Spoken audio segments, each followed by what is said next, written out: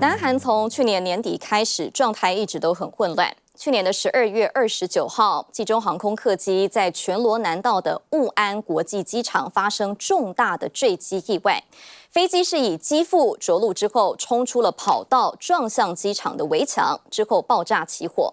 机上181个人，只有2个人生还。这也是南韩境内死亡人数最多的一起空难。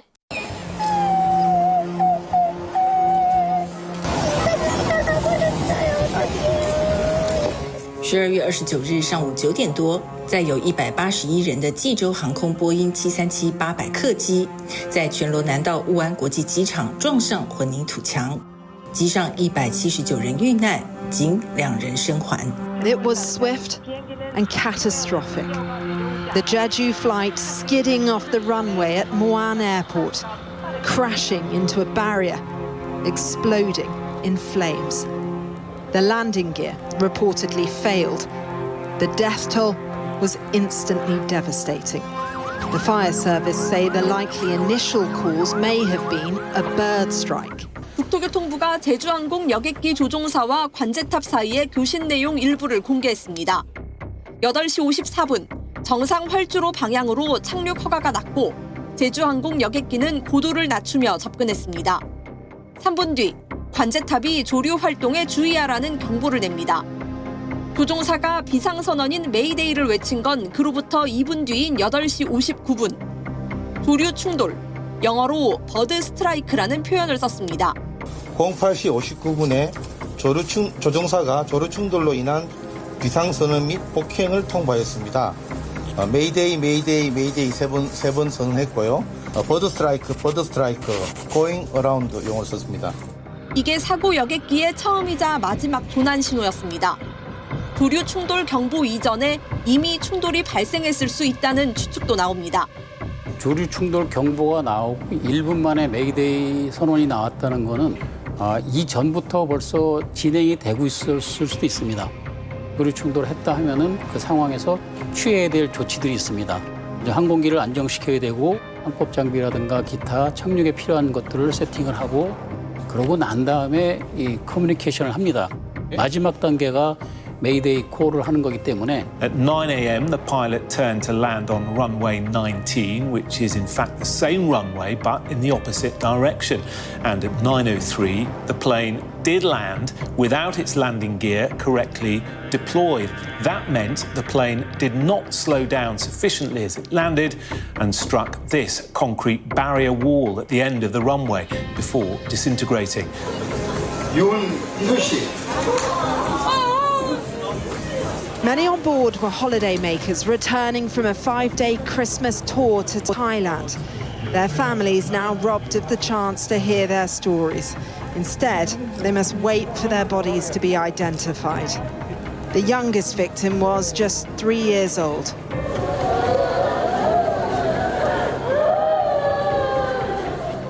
Jeju Air is a low-cost carrier that was established in 2005. This is the airline's first fatal accident, but it is the worst aviation disaster on South Korean soil.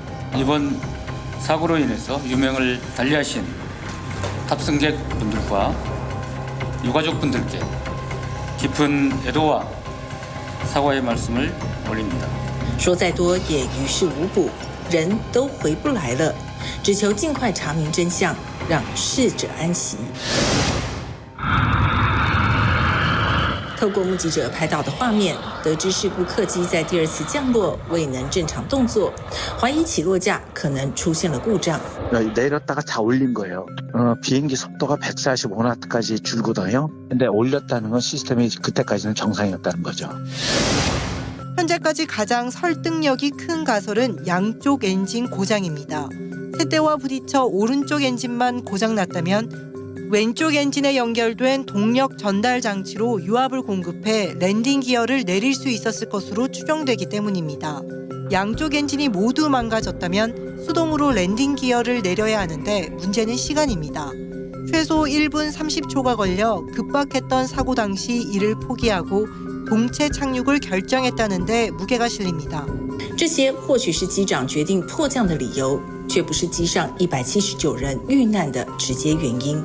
Experts say airports normally don't have structures like that so close to the runway, and when they do, the walls are typically designed to break apart or absorb impact with minimal damage to the plane. But this one appeared to be far more solid. Is there any justification for having a concrete wall like that in this area of a major airport? Not only is there no justification, I think it's verging on criminal to have it there. This airport opened in 2007. Satellite images show that the concrete wall has been here for many of those years, holding the instrument landing system that guides pilots in when visibility is poor. That kind of structure should not be there. The ILS antennae, it's where they normally are.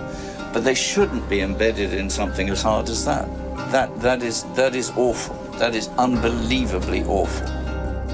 Although it was still travelling fast, he believes more people should have survived. Given the situation he was in, he carried out as good a landing as he possibly could, and when he got to the end of the landing run, the aircraft was substantially undamaged and there was no fire. And you can see it's level ground beyond that. There was plenty of space for the aircraft to have slowed down, come to a halt, and I think everybody would have been alive.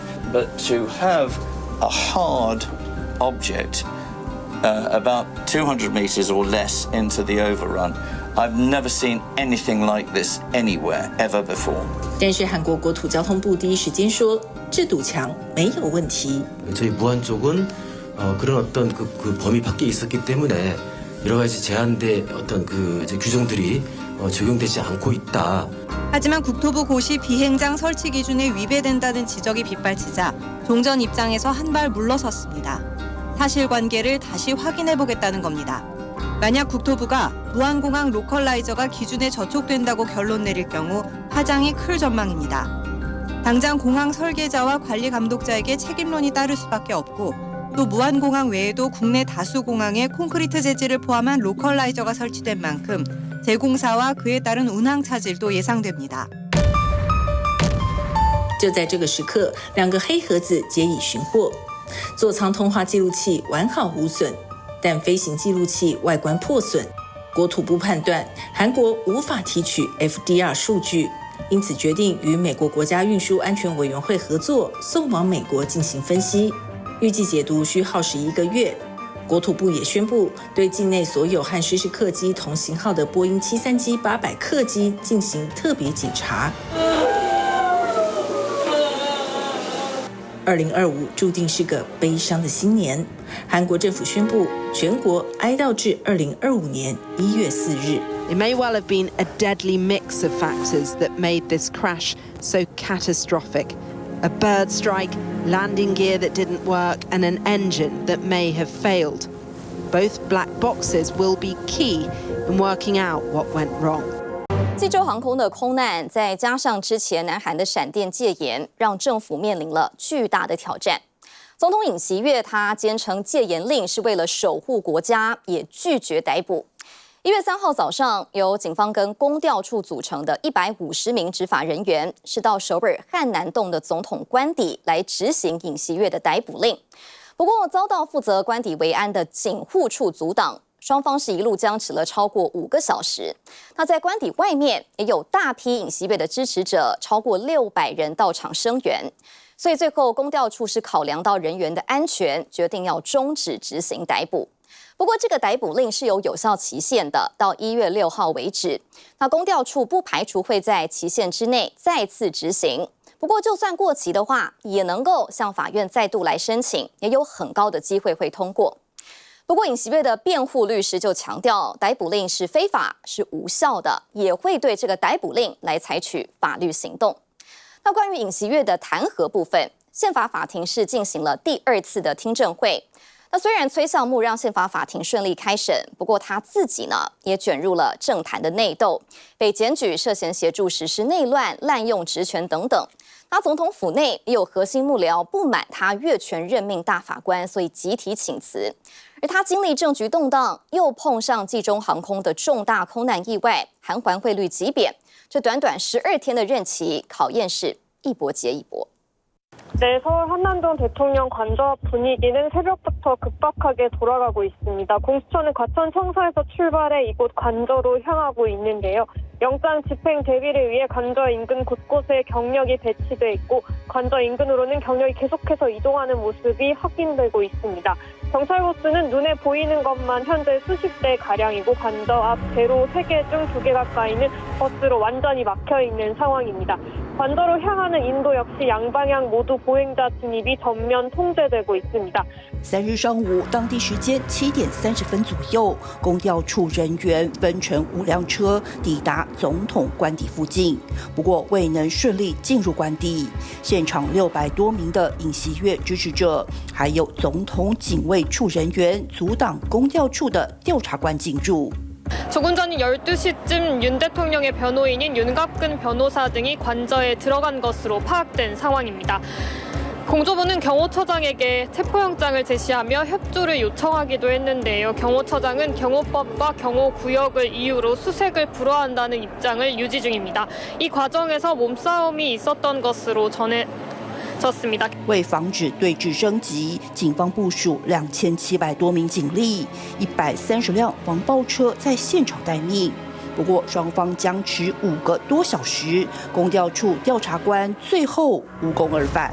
오전부터 한남동 관저 상황을 실시간으로 보고받은 공수처 지휘부는 긴급 회의에 들어갔습니다. 오동훈 공수처장도 관련 논의를 함께하는 것으로 전해졌는데요.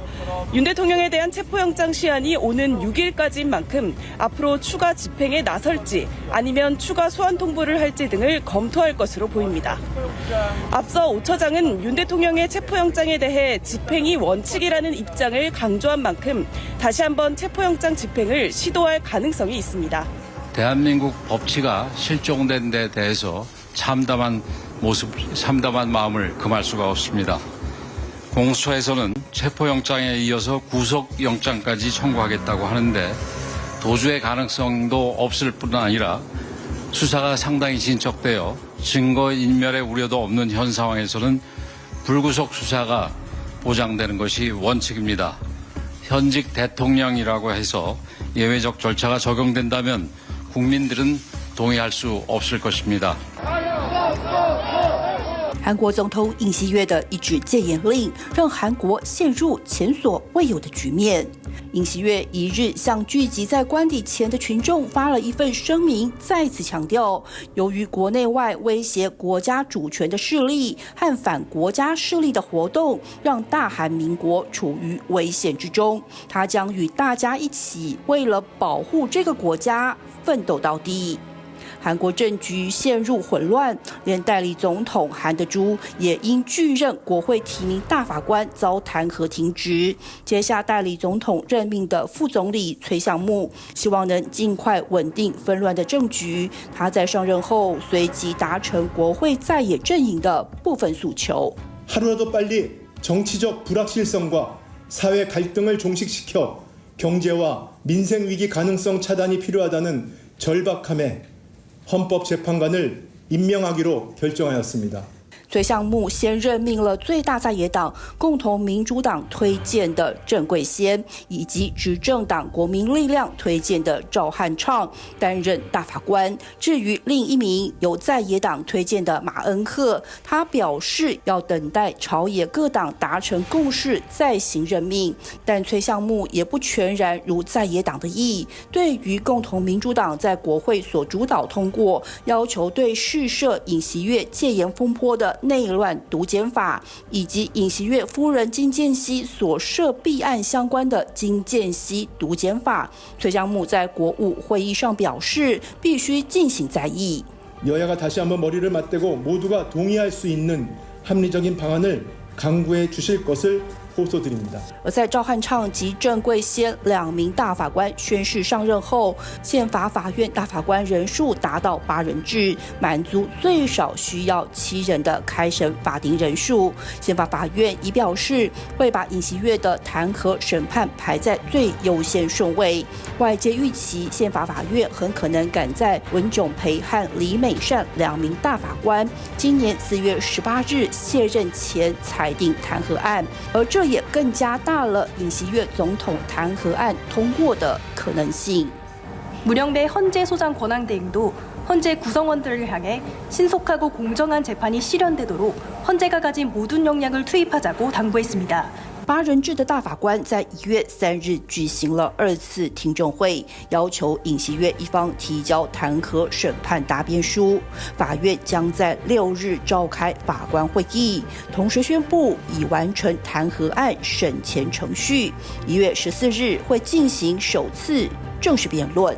而政坛互斗似乎没完没了，崔相木代行总统职权，但他自己也被检举涉嫌谋划参与协助实施内乱、滥用职权、渎职等行为，遭警方立案调查。而在总统府内，包括秘书室长、政策室长、国家安保室长等高级幕僚集体请辞，不满崔相木越权任命宪法大法官。而崔相木以当前应齐心协力确保民生和国政稳定为由，没有受理辞呈。 현재 최 부총리가 대통령과 총리 권한 대행을 하고 있고요. 이렇게 1인 3역을 하고 있다 보니까 대통령실과 국무조정실이 모두 최 부총리에게 관련 내용에 대한 보고를 해야 하는 상황인데 이 초유의 상황인 만큼 일부 업무 분장 등의 시간 지체가 불가피했을 걸로 보입니다. 原为经济副总理兼企划财政部长的崔相木上任没2天，没想到2024年12月29日发生济州航空重大空难事故，韩国深陷政治、经济、外交的3重危机之中。 그 탄핵 계엄 사태로 원달러 환율이 지난해 급등을 했고요. 국내 증시는 그러니까 세계적으로는 이렇게 호황을 이뤘습니다만 나홀로 불황을 이뤘습니다. 먼저 원달러 환율부터 보시면요. 지금 보시는 것처럼 지난해 이제 종가 기준이 1,427.3원이었습니다. 1997년 온 국민들이 힘들었던 시기죠. 외환위기 이후 27년 만에 최고를 기록했습니다. 이제 기업들은 경영의 불확실성을 가장 싫어합니다. 정책의 이제 일관성을 좀 어려운 환경이지만 이 정부가 중심을 잡아서 유지를 해야 되는 게 가장 급선무고요. 환율 안정 노력이 좀 필요합니다. 然而，政坛斗争一波未平，一波又起。今年初始，韩国的未来笼罩着悲观情绪。